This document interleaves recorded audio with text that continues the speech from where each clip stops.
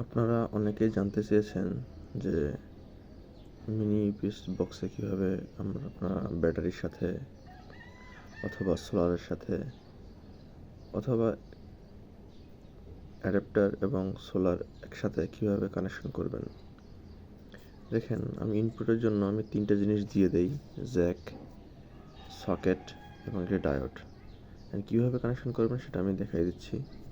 প্রথমে দেখেন, এখানে এইভাবে এটা কানেকশন করবেন। এটা প্লাস মাইনাস, ছোটো পিনটা প্লাস এবং বড় পিনটা মাইনাস। তারপর এখান থেকে এসে যে সকেট আছে, সকেটে দেখেন মাঝের পিনটা বাদ দিয়ে যে মোটা মাঝখানে যে পিনটা, ওটা হলো প্লাস। তারপরে একটা পিন বাদ দিয়ে তারপরেরটা মাইনাস। তারপরে ওখান থেকে 2টা লাইন বের হয়েছে।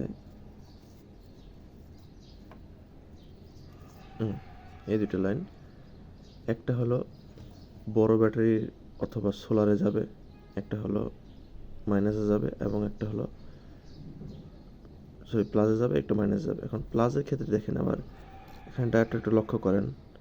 ডায়োডের যে প্রান্তে সাদা আছে অথবা লাল প্রান্ত আছে, এটা হলো সকেটের দিকে, এবং যেটা নাই সেটা হলো ব্যাটারির প্লাসের দিকে থাকবে।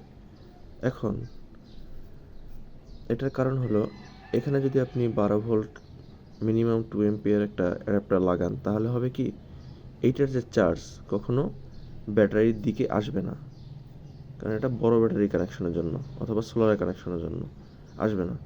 আর যদি আপনাদের সোলার না থাকে, ছোটো ব্যাটারি হয়, সেক্ষেত্রে কী করবেন? সেক্ষেত্রে আপনার এইটাকে বাদ দেবেন। এইটুকু বাদ দিয়ে জাস্ট এটুকু আমি দেখে হাতে চেপে ধরেছি, এটুকু বাদ দেবেন। এটুকু বাদ দিয়ে এখানে আপনি ব্যাটারি কানেকশন করবেন, ছোটো ব্যাটারি। আর এখানে আপনার ব্যাটারির চার্জারটা কানেকশন করবেন, যেটা সবসময়ের জন্য চার্জ করবে ব্যাটারি থেকে। কিন্তু যদি এটা লাগান, তাহলে ব্যাটারিকে চার্জ করবে না। এটা হচ্ছে শুধু বড় ব্যাটারি এবং সোলারের জন্য। আমি আবারও বলছি, শুধু বড় ব্যাটারি এবং সোলারের জন্য এটা রাখতে হবে।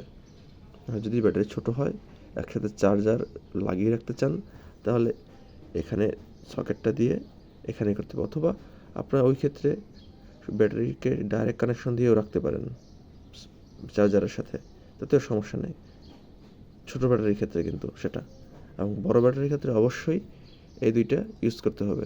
আর যদি চান যে না, আমার বড় ব্যাটারি অনেক বড়, ভালো ব্যাটারি, চার্জার মানে এসি দিয়ে আমি কারেন্ট দিয়ে আপনি চালাবেন না, অ্যাডাপ্টার দিয়ে শুধু দিয়ে চলবে, তাহলে কিছুই দরকার নেই, শুধু এতটুকু হলে হবে। এতটুকু যে দেখেন, জাস্ট এতটুকু এখান থেকে ইনপুট নিয়ে আপনি ব্যাটারি থেকে ইনপুট নিয়ে আপনি আমার মডিউলে দিবেন, তাহলে শেষ।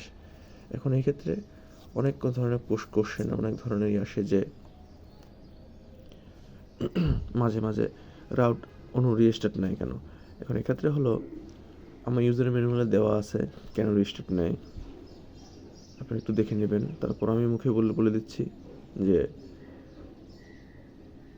ব্যাটারির ভোল্ট যদি 12 ভোল্টের নিচে নেমে আসে, তাহলে রিস্টার্ট নেয়।